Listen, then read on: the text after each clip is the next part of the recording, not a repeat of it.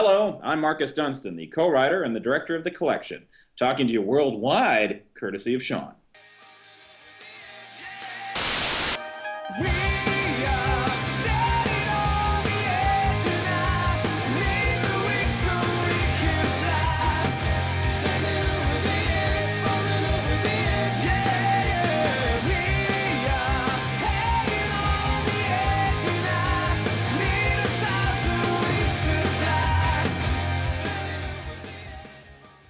Marcus Dunstan, writer of Saw 4, 5, 6 and 7, Feast, Piranha 3DD, just to name a few, joins us tonight on Back to the Movies to discuss the sequel of the 2009 horror film The Collector, entitled The Collection. Now, how are you, Marcus?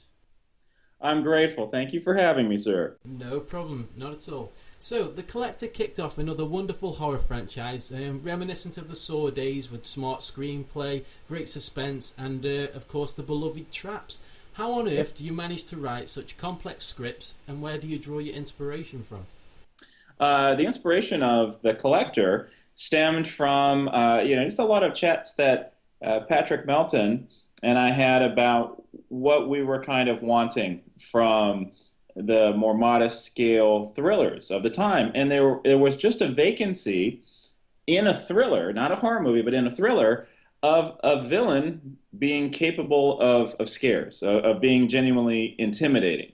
Then there comes a while in like the action movie where the villain's just kind of well-dressed, might have an accent, but does not possess what would genuinely be frightening. If someone is actually holding a gun, a weapon, and pointing it at your person, I would imagine that's a scary moment. And I appreciate, at least in movies, especially in action movies that you would see in the 70s or whatnot, where they were much more grounded, where the villain was genuinely intimidating. And that holds the hand of the action, the drama, and the suspense, and just raises it tremendously. So with The Collector, at the time, its DNA was very much a thriller. The horror attributes, kind of taking on the mask, even trap elements, were a direct result of what was popular at the time, which was this wonderful run of Saw, Hostel, and whatnot, where horror, down and dirty, let's go back to it. You know, the gravity of horror that maybe the 70s had was peeking through in that way. So what we were able to keep from our original intent and concept was the character from the thriller, and that would be Arkin. Arkin's name stems from actor Alan Arkin, who played a very bad man in Wait Until Dark. And we were wondering, what if that guy was the hero of a movie? He'd have to be against somebody quite sinister, wouldn't he? And that inspired who then the Collector would be. And what really came back in spades in terms of the investment of that thought was how it was embodied by Josh Stewart. You do not have a movie without Josh Stewart creating sympathy and an element of danger in his performance. Like, if there was no horror element, if there was no Collector in that film, Josh Stewart would have been the villain. It would have been about a man robbing his employers, maybe getting caught and having to resort to hurting somebody that trusts him. Okay, there's tension and there's drama and there's weight to that. However, once the horror movie character wanders into that scenario, the rules change. The thriller is now secondary to the rules of the horror game. The action character, all of a sudden the quips and the one-liners don't float because the horror character is an absolute silent shadow attacking like a complacent animal.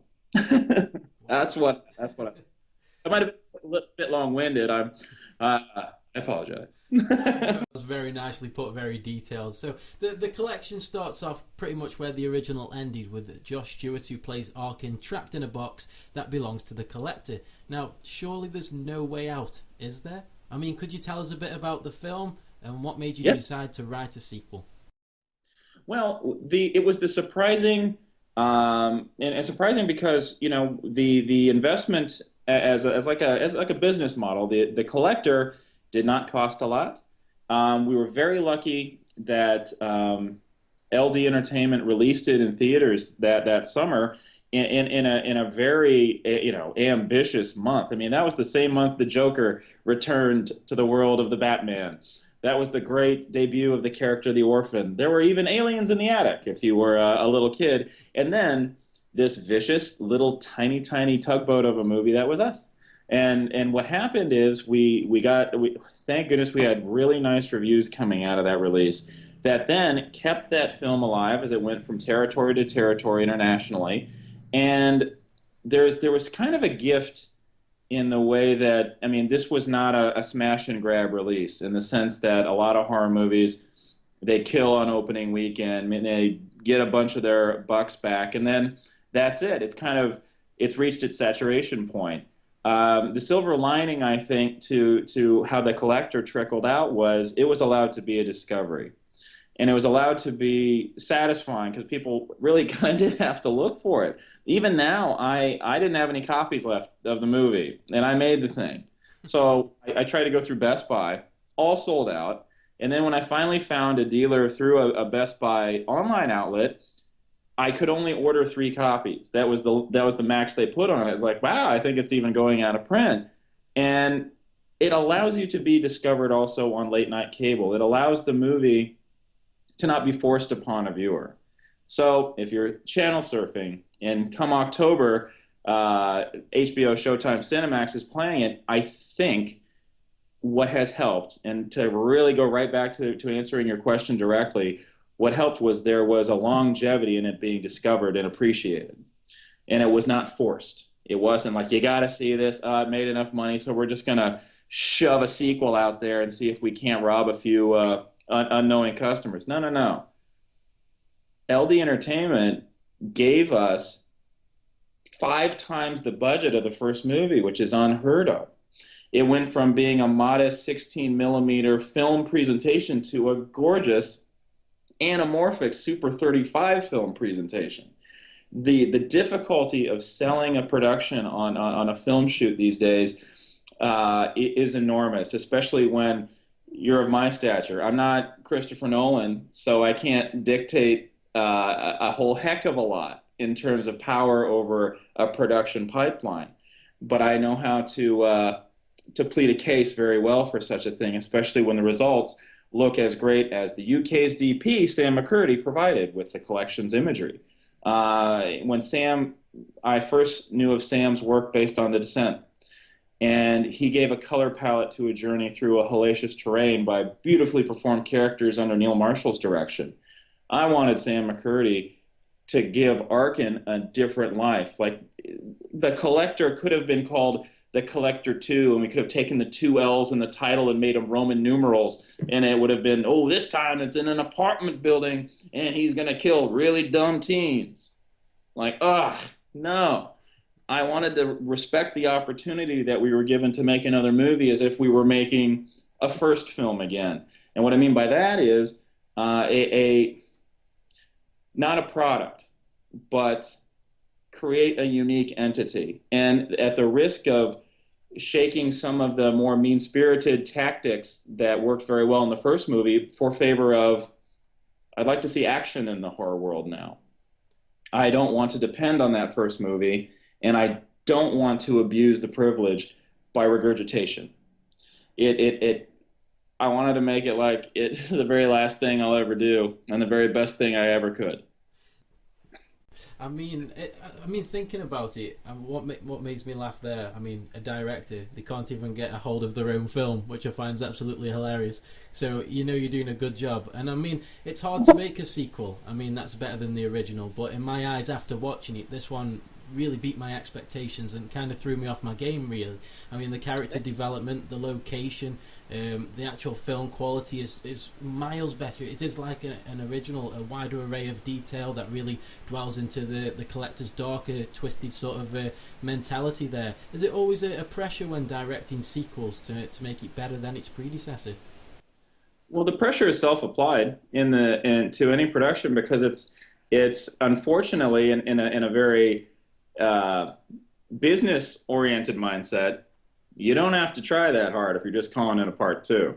You're going to rope in as many folks from the previous entry as you can. The trick to make a great sequel, though, I think, and what we aspire to do, is to earn it. It's a precious opportunity. And when I was growing up, I never knew of a film called Alien. The movie I saw first was called Aliens. And it was about this woman discovered in space. And she had a story to tell about a distant planet and a horrific element that came aboard a ship. And it sounded like she was describing a slasher movie, and then all of a sudden a war film bloomed, as we all know and saw in that wonderful film. So I thought, okay, the collector is our alien. Perhaps the collection could be our aliens, in that it is the experience of the first one built with the action movie engine.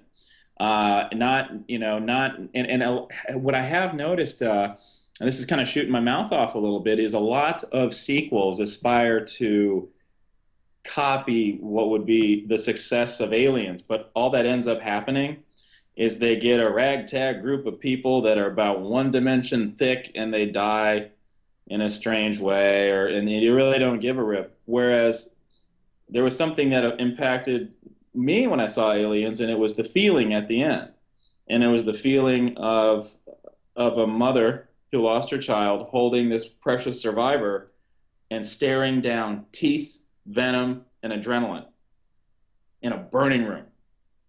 That was what I wanted to chase, and that's what Aliens meant to me. It wasn't wiseacres, it wasn't necessarily creative murder. It was that feeling, something that came from a much more honest place emotionally. So enter Emma Fitzpatrick.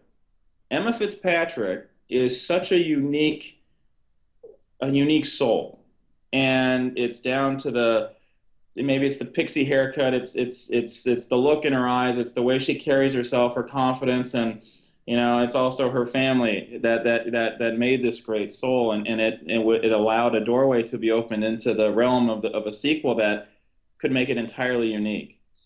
A more standard sequel would have reduced the female character down to a wiseacre in a white tank top who at the end picks up a shotgun and says, "Collect this," boom, and you're like, oh. Jeez.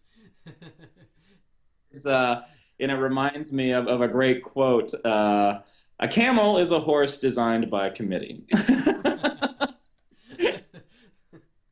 But the collection is like, no. If we play true, if we take the established acting caliber that Josh Stewart laid down with Arkin, and we match that with a female character, great. Now we've got something that has balance, and it's not going to be repeat recycle. It's going to be a complementary episode in a horror action universe. It's something that, and then as a filmmaker, I didn't want to just do what we just done. I wanted to push, because who knows? I mean, I could be.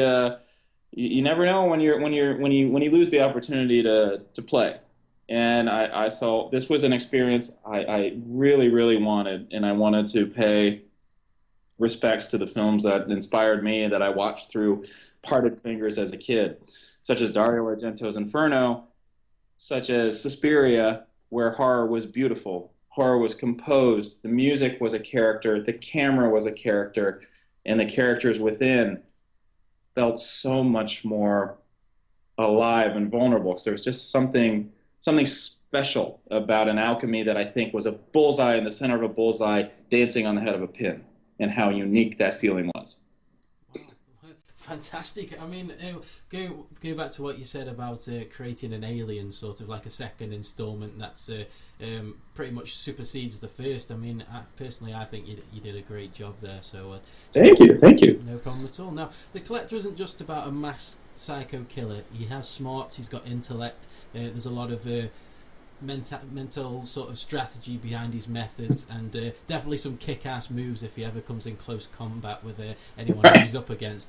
In your own personal eyes, who is the collector? Why does he do these things? And how have you developed his personality in the second installment? Well, Patrick and I had to know everything about him in order to know what to do with the vacancy of detail we wanted to keep. For example, and what I mean by that is, we needed to know exactly where he came from, all the whys, because that would inform the environment. The environment depicted in the collection, where if the first one is a home invasion in which two predators, one the thief, the other the killer, invade the same territory, what if the thief and a bunch of broken parents, broken adults, dared trespass on that killer's home? the home, considering our collector, is about an attacking shadow with those gleaming eyes. He's about the void of physical detail, except maybe for the smirk, the gleam, posturing. He's like the human embodiment of a spider, very pious, developing things that are ornate, beautiful, waiting for the prey to kind of trip in on their own curiosity, toil, struggle, maybe bleed out real slow, and then at his own design, on his own pace, maybe he'll trip across that very ornate web and feed his desires. I liked that. I liked a being that saw humanity from up high and almost admired the simplicity and the order of the insect world, and how it just kind of kept each other in check. Whereas humanity is capable of deceit, lies, two-facedness, all the hidden agendas that people have, especially in Hollywood. So it is. That I did enjoy, and so how to know exactly where he came from and then kind of exploit that was nice, and it is something that we've even written out, and it exists. And you don't want to show that too much. You don't want to explain too much about an entity like the collector in the sense that, what if you knew that Jaws only attacked things that liked broccoli? Well, okay. If you didn't eat broccoli, you'd be fine. But all we knew about Jaws was if you were in the water, that entity that covers, like, what, 90% of the earth, you could be attacked by Jaws. That makes him scary. So don't over-explain the villain. Don't over-analyze it in a way that denies a threat level. That makes it too easy, too easy to avoid. This is about a shadow, and there's always a shadow behind everybody and everybody walking around. The shadow is always behind us, and that shadow can always attack. That felt better. Wow. I mean, I'm definitely, as soon as we finish the interview here, I'm going to rewatch that film with the mindset that you've just described there, like a silent predator, a stalker of the night just lurking upon his prey, waiting to attack. What a cool mindset that is. I mean, going back to the film, I mean, after watching it and it's so fresh in my mind, there's so many twists and turns in the film. I mean, I sit down, I put the TV on, I get a nice coffee, I'm sitting there, 1 minute into the film, the coffee's flying everywhere, I've just jumped out of my skin. Fantastic start to the film. I mean, the whole start of the film really pushes this orgy of slaughter to an extreme, just like the Saw films did. Now, how hard is it to scare your audience now that so many horror films are doing near enough the same thing? You must have some tricks up your sleeve to keep it unique and to keep the audience guessing all the time. Well, that opening was a reaction to a cliche, and it was a reaction to, like, I actually think the opening has a nice streak of dark humor to it. When zooming out, you look at the big lie that it offers. It's a structural deviation. It's not a traditional first act. In fact, it sets up the cliched sequel to a T. There is the girl and her boyfriend, but the boyfriend's a cheater, and her sassy best friend's telling her to look out and maybe have a fun night. But sassy friend's little brother obviously has a crush. Well, we know how this is going to play out. Cheating boyfriend's probably going to get it the worst. Sassy best friend's going to die and represent the end of the humorous streak in the movie. And, oh my God, the pining younger brother is probably going to save the day if he lives, if he makes it. Oh! But what happens when 10 minutes into that plot line, as we've already filled out the rest of the movie, wham! In comes a shredder and wipes it out completely. And overall, the pieces of that cliched storyline now shattered into beautiful red ribbons, the serious adults step over all the pieces of these folks and say, let's step on a bully's neck. Yeah, wow. That really brings a whole new perspective to it, because when I first started into it, I'll be honest with you, I watched it, I was thinking, oh, here we go, Marcus, you've just made an American Pie type horror, what the hell are you doing, man? And then this big rotating saw blade came through, I was like, fuck yeah, back to normal. Exactly. The saw blade is us. Yeah. The saw blade is about the audience saying, enough with the expected. We had to invest in a big lie in order to prove that we will surprise. And we will invest heavily in the ability to surprise by showing you this moment of extremity. Yeah, well, Well, the film itself, the ending leaves a lot to the imagination. I mean, a sudden hero-villain twist. Now, will there be another sequel planned at all? Thank goodness. Before this film even came out stateside, LD Entertainment asked if we would entertain the idea of doing a third. And fortunately, based on everything we had prepared along the way, there was just one more tale to tell, one more reinvention of the wheel that could not be a repeat of the second, nor could it be a repeat of the first.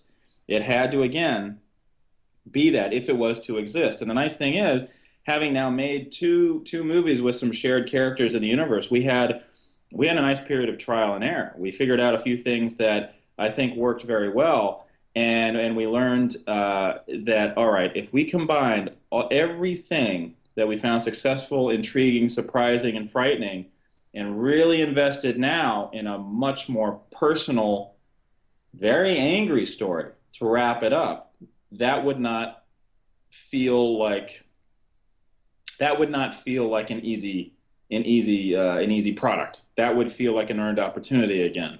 So, short answer, yes, it is written. And should the collection have the same journey as the first, meaning it continues and finds an audience throughout, perhaps it will exist. However, this second one was made to be an entirely satisfying experience, meaning like it didn't leave that big door open that said, this is just an endless middle as horror sequels tend to be. This had to feel like a definitive slam, a judge's gavel saying, there you go, that's your story. Wow. And I like that. Fantastic. I mean, speaking of sequels, I bet you expected this question. There's a lot of rumours flying around the net about another Saw film with Lionsgate themselves not denying, well, anything at all, really. I mean, if it was to be announced, surely you'd be the writer. Is there anything that you can tell us at all? Any hint? Any detail? Well, as of right now, we're not writing a Saw film at this time. If I would think that it would be nice if that too, if they were to go back and turn on the Saw again, that it would have to be a lightning bolt. It would have to be fresh again. It would have to land like that masterful first one from James Wan and Lee Whannell. It would have to earn its own life, not just be another piece of middle. And I think if that, I would be first in line to see that. And I mean, the Saw films changed my life.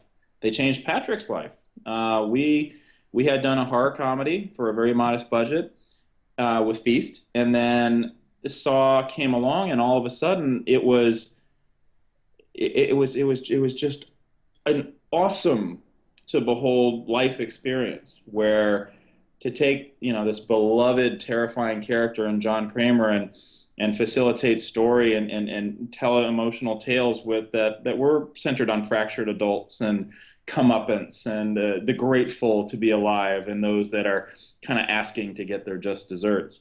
A tremendous, tremendous opportunity. So I do hope that there is another Saw. Whether or not we'll be involved is up to the fates to decide. But as of right now, I'm reading the same rumors you are. Fair enough. It'll definitely be interesting if they do choose you as the writer of the next one. Now I'll definitely look forward to that one. Thank you. No problem. I'm glad you're enjoying your Mountain Dew as well. How's it good? Does it taste good? One of the lasting effects of the collection is a hardcore love of Diet Mountain Dew.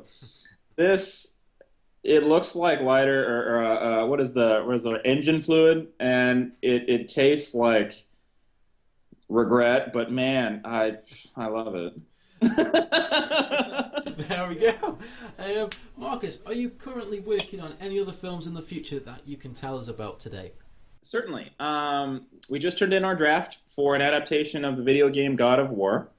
Wow. I'm gag ordered on any kind of details I can give, and I'm glad that we are gag ordered about that because I love it.